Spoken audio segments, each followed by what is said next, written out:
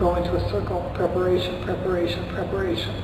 And preparation is not the traditional preparation. It's really thoughtfulness and maybe spending time with the individuals you're bringing into that circle, particularly people from the outside or maybe with the survivors. So that's part of it. It's really thoughtful analysis. What are your objectives? What are you trying to accomplish? What's the harm? And what is the harm? And who do you have to bring in to be able to get, put that harm into the light so everybody can see it? And then where do you want to go with the circle? What's the purpose of the circle? So to really give thoughts to objectives. The other part, the next part, is the going into the circle as a facilitator. And you have to be as centered and as calm and as peaceful as you can be. And whether it's meditation, whether it's deep breathing, whether it's, if you go in agitated, if you go in with an agenda, if you go in angry, it'll reflect in the whole circle. Setting up a circle to look at harm, again, you ask, where's the harm, what's the harm, and how can you best get representation from those groups into the circle. So first it's just gathering the people.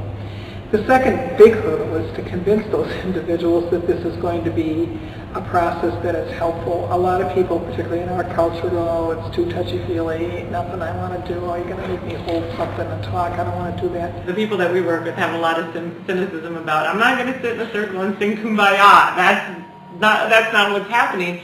And so creating for people a sense of space that does that is, okay, we're going to sit in a circle and we're going to connect around spirit and soul in a way that people can take it in and experience it, so that it's not so foreign to them and not so hard for them, and that they approach it with a sense of respect. There's a lot of work and time that goes into that prep of spending time with people explaining this process, where it comes from, what it is, that it is not something that is touchy-feely or simple. It is a big opportunity to have a deep conversation.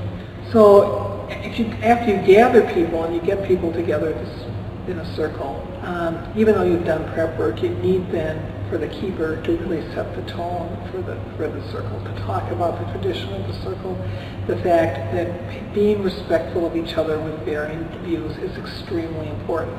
And what everybody's called to do is to truly listen to people's perspectives, to understand how they see this issue so differently than you do. And not to be arguing with them about it, but to understand it. You have to lay out the ground rules really quickly, because people like to sort of comment across the room on each other's statements and to say, really lay the foundation that this is about speaking when you have the peace and not speaking when you don't, under all circumstances. Never enter into someone else's conversation or comment on or remark to it or lecture them. And obviously as a facilitator you have to do that, and sometimes that's hard because you've got your objective in mind, and they're not going the right way. There's the notion of, should a circle keeper break in at some point? That's a real tricky issue to contend with. And the answer to that would change, I think, for me, given the particular situation. Clearly, your own sense of integrity, honesty, respect for the people and the situation that you're in might lead you in a given situation to respond a different way than you might the following day with a different group of people. So you have to be sort of a rock of, this is what it's like, in setting the tone of respect and care for each other. And that includes things like when somebody 3/4 of the way of the circle won't let go of that talking piece and now has been hanging on to it for half an hour, and you only have a few minutes left and none of these people have been able to speak. To be able to find the right moment to say, excuse me, I know what you're saying is very important, but we also have to be mindful there are other people, so as much as I respect what you're telling us, you're going to have to please finish it so other people have the opportunity. To do that is respectfully and honoring them as much as you can, and yet being mindful. So you have all those rules, and if you're going like this and you're agitated, everybody in the circle knows it. So it really is, you are on in terms of setting the tone. You have to give people as much room within a context to let them speak. So you don't want to look like you're asking a question that has a preordained answer, or you want yes and no answers to. You ask a very broad question. You tell people that it's a very open-ended question. You could go wherever your heart wants to go. But I always tell people, the more willing you are to share something personal of yourself, the more likely you are impacting other people in the circle. When I think about that first question, I want it somewhat related to the topic, but we're not heading it head on, because you have to build up the respect and the sense that this is a safe environment and that people can trust each other. So the question has to be such that people can go as deeply as they want. I think facilitating a circle is a really deep responsibility. It's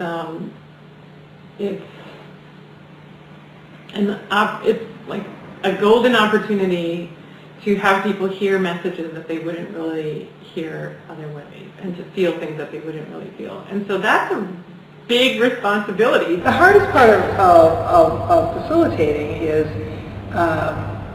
dealing with problems that arise with people. You know, you can have some people that are too talkative.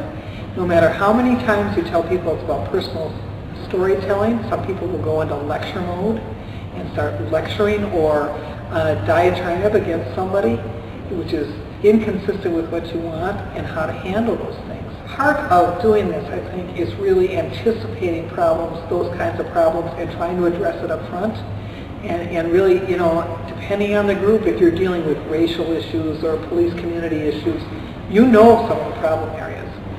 Try to figure out ways to do it in the rules in front, saying, you know, as much as this is a problem, what people learn best from is your stories and not about lectures. So if you could just talk about your experience with the police or with the neighborhood or with offenders, you know, share with them and try to anticipate it. But as a facilitator, you always have to be mindful. Most people that facilitate these kinds of circles will agree generally on style, but each of us has different personalities and come from a different perspective. I mean, there are people that are very religious and that will talk about their religion. My only concern with all those kinds of things is if you have everybody of the same mind in a circle, then it's fine. But to be always inclusive, because the minute you do a them and us, or you know, you're not on the same page, you've created a problem. You have to have people who are not overly emotional themselves. One of the things I look for, it's okay to get emotional. I've had tears in my eyes, I've choked up, but I can't be the biggest weeper in the group because I'm leading the group. And so, you know, that's not fair to them, and I'm going to have them taking care of me, which is not what you want. So you want somebody who's a great listener, who really, really models listening, active, deep listening at parties, who is welcoming, who makes people feel comfortable, who creates an environment in which people trust each other and feel that it's safe. And a lot of that is personality, a lot of that is style, and a lot of that is willingness to sort of go within yourself and know who yourself is. How do you feel about these issues?